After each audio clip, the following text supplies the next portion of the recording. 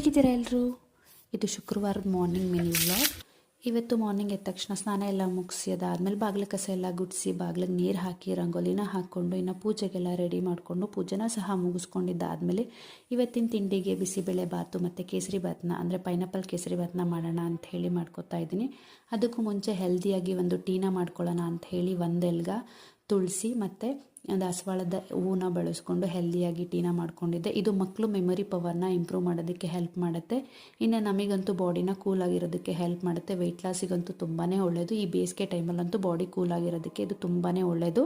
ಇದಾದಮೇಲೆ ಇನ್ನು ಪೈನಾಪಲ್ ಕೇಸರಿ ಬಾತನ್ನು ರೆಡಿ ಮಾಡಿಕೊಂಡು ಅದಾದಮೇಲೆ ನಾನಿಲ್ಲಿ ಬಿಸಿಬೇಳೆ ಬಾತ್ ಮಾಡೋಣ ಅಂತ ಹೇಳಿ ಬಿಸಿಬೇಳೆ ಬಾತಿಗೆ ಬೇಕಾಗಿರುವಂಥ ಒಗ್ಗರಣೆನೆಲ್ಲ ಹಾಕ್ಕೊಂಡು ರೆಡಿ ಮಾಡಿಕೊಂಡು ಇನ್ನು ಕೂಗಿಸಿಟ್ಕೊಂಡಿದ್ನಲ್ಲ ಬೇಳೆ ತರಕಾರಿ ಅಕ್ಕಿ ಅದನ್ನೆಲ್ಲ ಹಾಕಿ ನೀಟಾಗಿ ಮಿಕ್ಸ್ ಮಾಡಿಬಿಟ್ರೆ ಬಿಸಿಬೇಳೆ ಬಾತ್ ರೆಡಿ ಆಗುತ್ತೆ. ಇನ್ನು ಸ್ಕೂಲಿಗೆ ಟೈಮ್ ಆಯಿತು ಅಂತ ಹೇಳಿ ನಾವಿಲ್ಲಿ ಸ್ಕೂಲಿಗೆ ಹೊರಟ್ವಿ.